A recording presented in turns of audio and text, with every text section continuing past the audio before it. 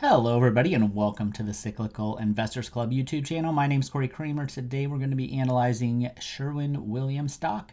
This one came in by request down in the comment section of one of my other videos. If you have a stock you would like me to analyze, just drop it down in the comments. I'll get it on the whiteboard behind me, and eventually I will make a video. If it's a stock that's in the S&P 500 like Sherwin-Williams is, I post those on YouTube for free. The rest I post on Patreon, which is $5 a month. And then over on Seeking Alpha at the full Cyclical Investors Club service, where I have all the spreadsheets and everything you see me use here, chat room, dozens of articles that aren't available to the public. I explain all my strategies, even the ones that I don't share publicly. And if you join Patreon, you can get a big discount to the full Cyclical Investors Club service. Those links will be down in the description. As always, this isn't individual investing advice. This is just how I analyze stocks. So, getting into Sherwin-Williams, back in, reviewing any coverage that I had, I warned people about the valuation back here in 2019 on Seeking Alpha, and I rated the stock a sell. Then in early April, right after this March decline, right about down here, I wrote an article where I changed that to a neutral rating and shared the price I would be willing to buy it. So right about down here would have been where I would have considered it fair value, around fair value. And then I was looking for a margin of safety, and the stock didn't quite fall that far during that time. So that's kind of my history. I haven't written about it or anything since then, probably because the stock has risen a lot. I'm sure I probably could have written a sell article on it up here, but I just wasn't paying attention to it. And there were plenty of other stocks that were overvalued too. So let's first look at the earnings history.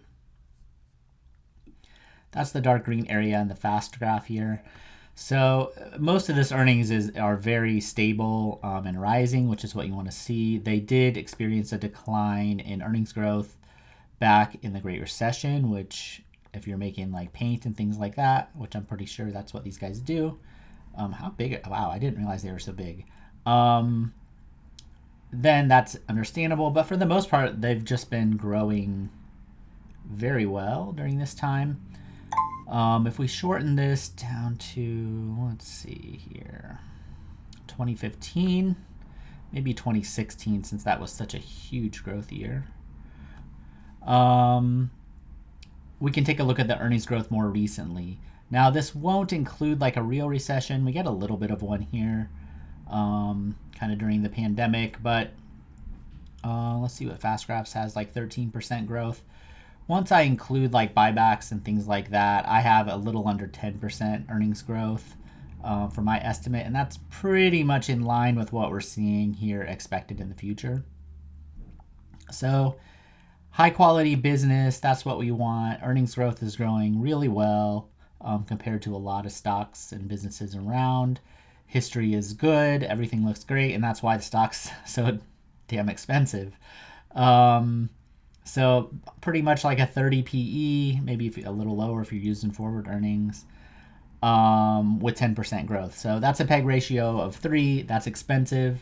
Usually that's where you want to think about selling in normal conditions. But stocks that have this really steady earnings that people can just believe in their business, that they know the brand name, and when you check all those boxes, they pay a dividend.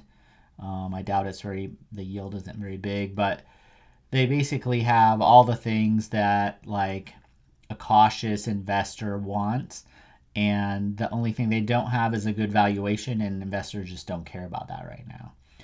They did for a little while. I mean, this was ridiculous up here at 40.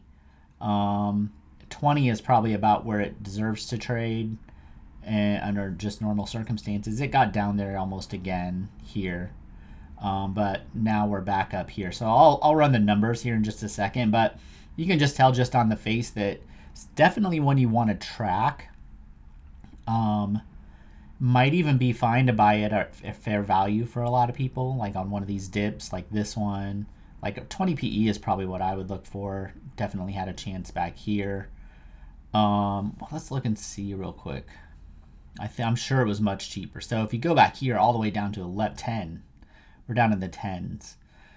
So if you get another housing issue, the stock can trade deep. We've seen it before. And so that's the really tricky part about this. It's like, if you bought this stock just back in 2016, you've done well. I mean, you're getting at 18, almost 19% CAGR. So it's hard to complain about that. And so people are not going to want to sell this stock because they've built up real belief in it right now.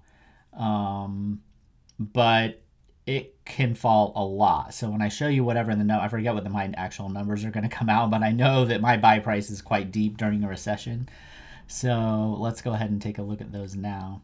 So yeah, I have almost 10% earnings growth, which is really good. Most even the big tech companies everybody loves, their forward earnings growth is more like 7%. If you look at their revenue, that will tell you like what it's been. I think Apple and who reports today? No, it's like Microsoft and maybe Google report today. They haven't yet as I'm recording this. But you look at them and you're like, if they hit like 7% revenue growth, I mean, that's kind of roughly where everybody's at right now. And these guys are actually doing better than that. So at least on a relative basis, I mean, it's not crazy that it should be valued where it is, but it's just not too cheap. So here's how it all works out. They do have a little bit of debt, which I adjust for. So instead of a 308 stock price, I'm using like 369. That works out to almost 30 PE. I don't think I'm using the forward earnings, but I can. Yeah, let's do that and be a little more generous. So, and you guys can kind of see how this works. So right now I have 1035. That's this year because I updated this like a month ago or so. If we look forward to that 1135, that'll give us a little more generous earnings. So if I enter the earnings in there, that lowers the PE back down to 27, which is kind of what we were looking at on the fast graph. And then once we take debt into consideration, we're looking at a earnings yield of about 3%. So if you bought the whole business, including whatever debt and stuff they have, for $100, it would earn $3.07 if that 1135 comes true. I actually pull that forward, so I'm actually being a little more optimistic because I start with that and actually it won't be earned until over the course of the year. So I think I'm being fair here with them. And so that grows at 10%. So the next year you have $3.37 that it pays. This doesn't assume reinvestment. This assumes if you own this business, you could take that $3 and go like spend it. And then after 10 years, you have $153. Assume with those assumptions. That works out to only a 4.36% CAGR. So it's really expensive. It's hard to tell people to sell a stock like this because it's pretty predictable and that's why people own it. But you can get cash yields that are better than this. They're probably going to have to do something pretty special to do better than this over the next medium term or whatever. This is a 10-year estimate, but usually when the stocks correct in this situation, they correct more. Although these guys usually just trade down to fair value when they correct if there's not like a recession. But we've seen in 2008, I mean, all you have to do is think a 30 PE goes down to 10, you lose 2/3 of your value, you're down 65%, right? So that's the downside risk, where the upside reward is 4%, 5% a year from here. And that's kind of the one way you can think about it. That's how I think about it. So the rest of the market isn't a whole lot more cheaper than this, but you might be able to find select names that are. They're not going to be in the same business and they're not going to be as dependable, because really what people are paying for is that dependability here. So if we do use a recession PE, I don't have a note here. This probably comes from 2008. You need to go about 62% off the high. Or not off the high, off where the stock is today, which is what I was just talking about. With the new earnings, I'm going to adjust this real quick and see. We want to get this 4% up to 8%. So that was my old buy price. So we can go higher than that now. We can test a few of them here. maybe up to 150 even, not quite. Let's see. Whoops.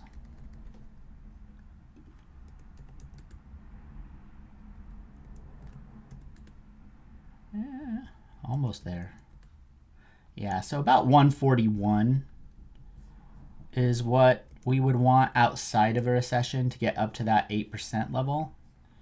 I'm not sure what the stock was trading at before. Hold on. So 141. So about 50% lower from where it is right now to become a buy. Midpoint, you know, is probably somewhere between that one. I mean, fair value somewhere between 150 and 300. So like 225, probably fair value. Let's see if it got down there over here. Yeah, sure it did. Yeah. So of course earnings have gone up quite a bit since then. So yeah, that 225 mark for the midpoint of fair value. If you kind of want to try to just get it at fair value, that's probably where I would aim.